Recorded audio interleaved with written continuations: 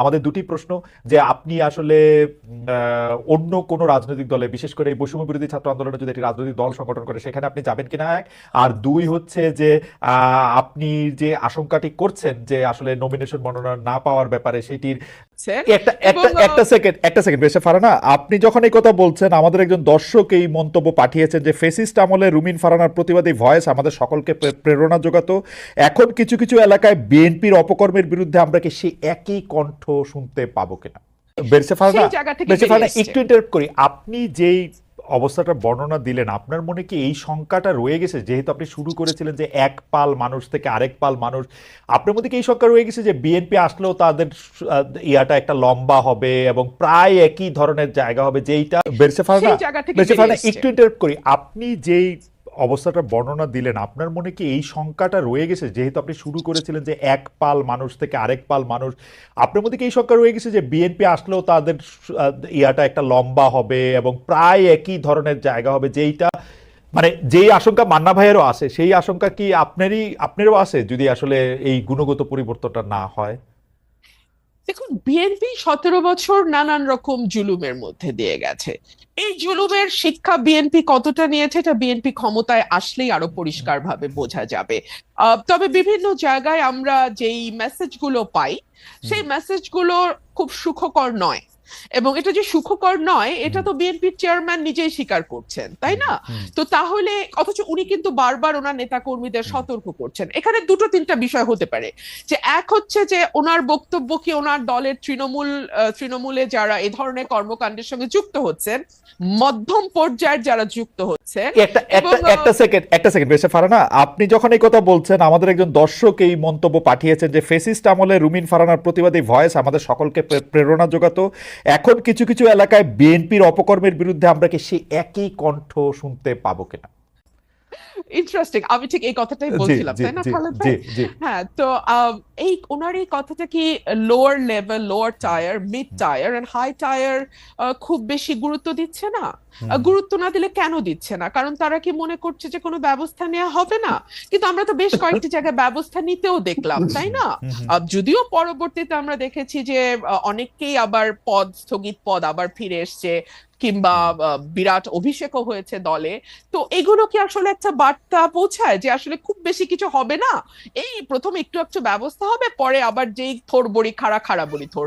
তো এই কথাগুলো বলবার একজন রাজনৈতিক কর্মী হিসেবে আমার বাংলাদেশে বসে একটু কিছু টোল আছে ডেফিনেটলি, তাই না? হুম, হুম, হুম, সো ফর এক্সাম্পল, সেই টোলটা কি হতে পারে? আমি নিজেও নিজের সাথে হিসাব করেছি। সেই টোলটা হতে পারে যে হয়তো আমাকে নমিনেশন দেওয়া হবে না, হুম, মন্ত্রিত্বের হয়তো প্রশ্ন থাকবে না। হ্যাঁ, কিন্তু দেখুন, একটা রাষ্ট্র গঠন করতে এই ছোট ছোট জিনিসগুলোতে ছাড় দেয়া, আমার এমপি না হওয়া, হুম, কিংবা আমার মতন আর 10 জন যদি কারো সাহস, আমি জানি না, 15 বছর আমি সাহস দেখি নাই, হুম। আগামী 10 বছর আমি সাহস দেখবো কিনা Khaled, I am very sorry. আমি না খুবই বেরিসে ফারানা, দুঃখিত, আমাকে এটা না বলতে না হচ্ছে। বেরিসে ফারানা, হ্যাঁ, আপনাকে আপনাকে একটু থামাই এই পর্যায়ে। আমি শুধু প্রশ্নটা করে রাখি, সেটা হচ্ছে যে আপনি একাদশ জাতীয় সংসদে অন্যতম বিরোধী কণ্ঠস্বর ছিলেন, সংসদের মধ্যে সংসদের বাইরে, কিন্তু যারাই বিগত 3 সংসদ নির্বাচন অংশ নিয়েছেন, সংসদে গিয়েছিলেন, তাদের ভালোভাবে দেখছে না বৈষম্য বিরোধী ছাত্র আন্দোলনের নেতারা বিগত 3টি নির্বাচনের সমালোচনা করলে একই সঙ্গে সংসদে থাকা ঠিক হয়েছে কিনা সেটি প্রশ্ন করছে।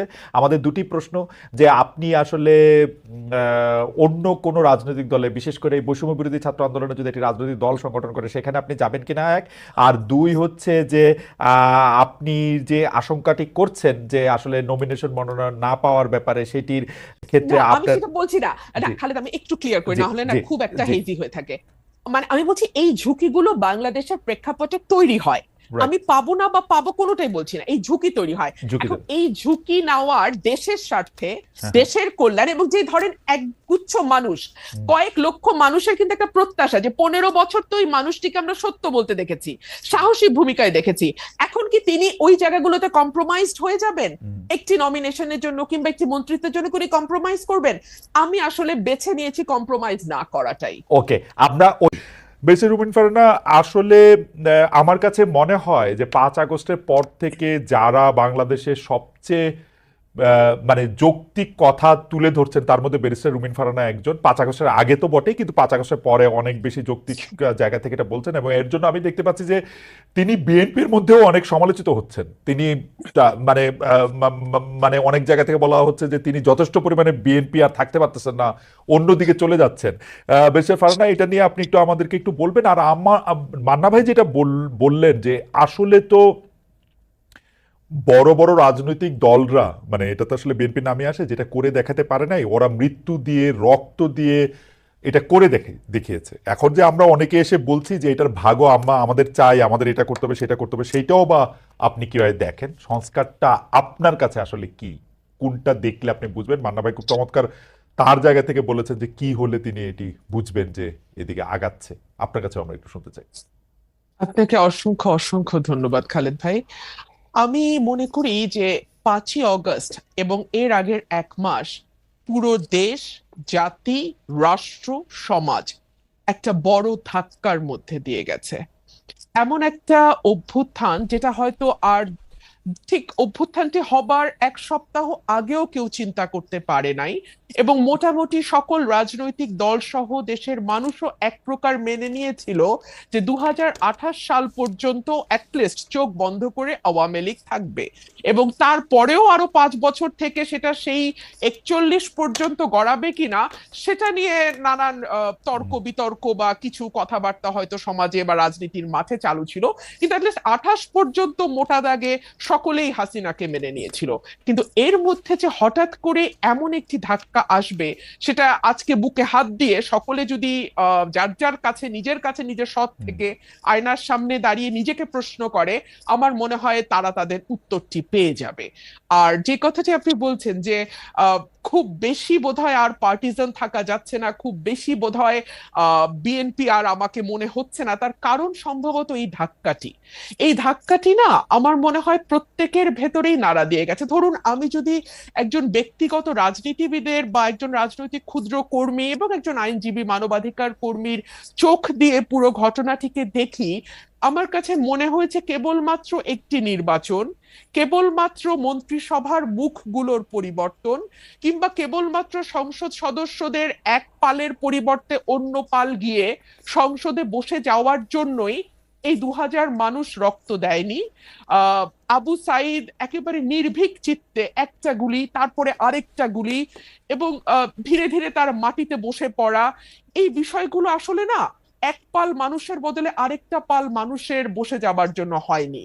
এবং আমার কাছে মনে হয়েছে যে আমার চিন্তার জগতে যে বিরাট একটি ধাক্কা লেগেছে, এই ধাক্কাটি আসলে সকলেরই কম বেশি লেগেছে, কিন্তু এটার স্থায়িত্ব বা এটার ইম্প্যাক্ট এক একজনের জীবনে এক এক রকম হবে। ধরুন, আমার কাছে মনে হয়েছে যে একটি সুষ্ঠু নির্বাচন, বাংলাদেশে যদি একটি সুষ্ঠু নির্বাচনের ধারাবাহিকতা থাকতো তাহলে কি হতো? তাহলে ২০১৪ সালে হাইলি লাইকলি বিএনপি সরকার গঠন করত এবং শেখ হাসিনা এবং আওয়ামী লীগ বিরোধী দলে বসতো। ১৮-তে গিয়ে হয়তো আবার তারা ক্ষমতায় যেত, ২৪-এ হয়তো আবার অন্য আরেকটি দল বিএনপি হয়তো ক্ষমতায় আসতো। এভাবে একটা পালা বদলের মধ্যে দিয়ে যেত, এবং পালা বদলের মধ্যে দিয়ে গেলে যে বিষয়টি হতো খালেদ, আমার কাছে মনে হয় রাষ্ট্রের যে প্রতিষ্ঠানগুলো যেগুলোকে দুমড়ে মুচড়ে ভেঙে ফেলা হয়েছে ১৫ বছরে, সেই প্রতিষ্ঠানগুলোকে এভাবে হয়তো ভেঙে ফেলা যেত না। আজকে যেভাবে আমরা দেখতে পাচ্ছি মসজিদের খতিব থেকে শুরু করে একেবারে পাড়ার স্কুলের হেডমাস্টার পর্যন্ত পালিয়ে যে প্রাণ বাঁচাচ্ছেন, কারণ সোশ্যাল টেক্সচারটা পুরোপুরি নষ্ট হয়ে গিয়ে একেবারে প্রান্তিক লেভেল পর্যন্ত সকলকেই এক দলের সদস্য হয়ে যেতে হচ্ছে, এই অবস্থাতে বাংলাদেশ যেত না। একটা পাওয়ারের তো একটা ব্যালেন্স থাকে, ভার্টিক্যাল এন্ড হরাইজন্টাল। ভার্টিক্যালটা হয় রাষ্ট্র, হরাইজন্টালটা হয় সমাজ। কিন্তু আমাদের এই সমাজের টেক্সচারটাকে, সমাজের বুননটাকে খুবই সিস্টেম্যাটিক্যালি হত্যা করা হয়েছে, এবং হত্যা করা হয়েছে খুবই একটা পারপাসফুলি, একটা মানে লক্ষ্যকে সামনে রেখে। লক্ষ্যটা হচ্ছে আমাকে যে কোনো মূল্যে ক্ষমতায় থাকতে হবে। সুতরাং এইরকম ভুল যদি পরবর্তীতে কোনো রাজনৈতিক গোষ্ঠী এই ভুলটি করবার ন্যূনতম চেষ্টা করে, এই দেশের মানুষ কিন্তু মরতে শিখেছে, এবং ওরা কিন্তু একটা ভীতির মধ্যে ছিল। হ্যাঁ, ১৫ বছর লিখতে ভয় পায়, বলতে ভয় পায়, নিজেকে এক্সপ্রেস করতে ভয় পায়, ইচ্ছা করে একটা পালের মধ্যে লুকিয়ে থাকে।